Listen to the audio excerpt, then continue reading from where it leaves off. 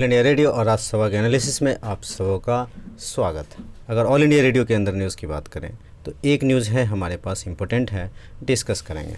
Next देश देशांतर के अंदर जो कल एक आर्टिकल छूट गया था, एक्चुअल में डिस्कशन के फ्लो में मेरे दिमाग से निकल गया था, टैप वाटर के बारे में, उसको कंटिन्यू करेंगे। दूसरा, राइस का एक्सपोर्ट बहुत ज़्यादा बढ़ा है। तीसरा, थोड़ा सा द बिग पिक्चर का मेंटल ट्रॉमा के बारे में बात करेंगे। तो चलिए डिस्कशन स्टार्ट करते हैं। पहली न्यूज़ जो है ऑल इंडिया रेडियो के अंदर, रेड लाइट ऑन गाड़ी ऑफ। ये एक छोटा सा टर्म है, किस चीज़ के लिए है? रेड लाइट पर गाड़ी को बंद कीजिए, वायु प्रदूषण के लिए। तो कॉमन है, नाम से भी पता चल सकता है, लेकिन छोटी छोटी चीज़ें हमें कवर करनी है। चलते हैं नेक्स्ट पॉइंट पे। पहले तो हम बात करेंगे कल वाला जो टैप वाटर के बारे में बात करेंगे। गोवा 100% बन गया है टैप वाटर वाला सिस्टम। नेक्स्ट बात की जाए तो इंफ्रास्ट्रक्चर बनने में किसी भी चीज़ का टाइम लगता है। तो जब टाइम लगता है तो जाहिर सी बात है उसमें जो है थोड़ा पेशेंस रखना होगा।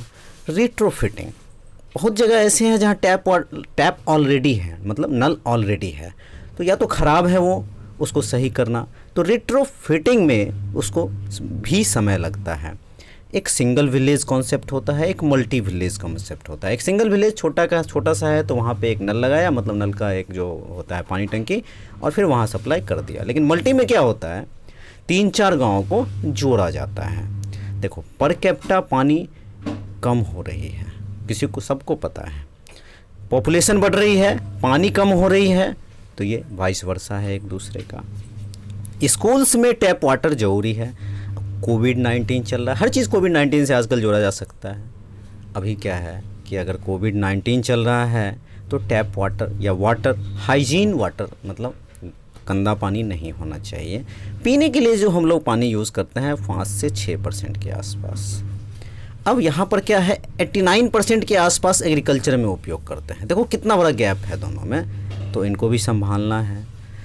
कोरोना के कारण सजगता ऑलरेडी लोगों में, अवेयरनेस बढ़ा है। और कंपोजिट वाटर इंडेक्स जो है इसको नीति आयोग का कौन रिलीज़ करता है? कंपोजिट वाटर इंडेक्स पुराना हो गया है, लेकिन यूपीएससी नहीं पूछेगी, ऐसा नहीं है, तो नीति आयोग इसको करता है। तो ये सब भी वाटर को अच्छा बनाने में काम करेगा। चलते हैं नेक्स्ट पॉइंट पे। नेक्स्ट पॉइंट की बात करें तो राइस के बारे में, एग्रीकल्चर के बारे में, एक्सपोर्ट की बात कही गई है कि कृषि उत्पादक संघ, मतलब एग्रीकल्चर प्रोडक्शन, आप संघ को यूनियन कह सकते हो, बनाया गया है।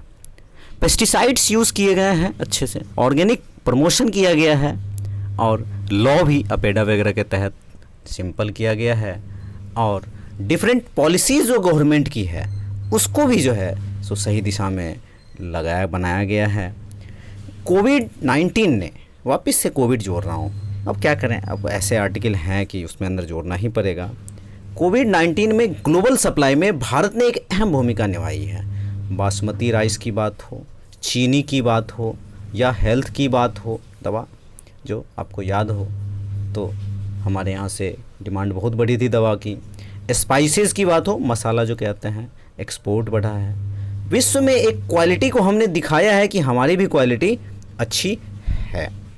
नेक्स्ट बात की जाए तो प्रोसेसिंग, पैकेजिंग, वेयर हाउस, ये बहुत ज़रूरी है, अक्सर बातें करते हैं। Agriculture infrastructure fund 1 lakh crore का गवर्नमेंट ने दिया, वो भी काम कर रहा है। अफ्लाटॉक्सिन, वो भी जो है सो उस पर भी नियंत्रण किया गया।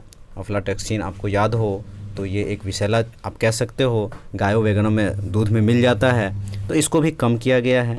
फार्मर्स प्रोड्यूसर ऑर्गेनाइजेशन बनाया गया, जिसकी सहायता से मंडी, मतलब एक क्लस्टर बना करके फार्मर्स वहाँ पर जाते हैं, क्लस्टर बना होता है।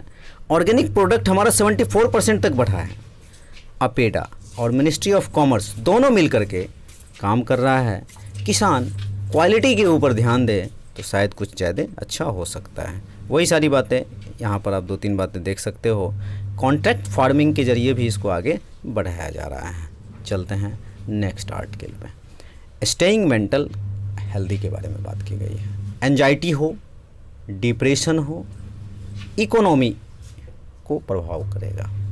एंजाइटी हो, डिप्रेशन हो, कहीं ना कहीं स्ट्रेस वगैरह सारा का सारा होता है और इकोनॉमी को प्रभाव नहीं करेगा। इकोनॉमी भी एक बहुत बड़ा फैक्टर है मेंटल ट्रॉमा का, या फिर और भी पर्सनल इश्यूज़ होते हैं।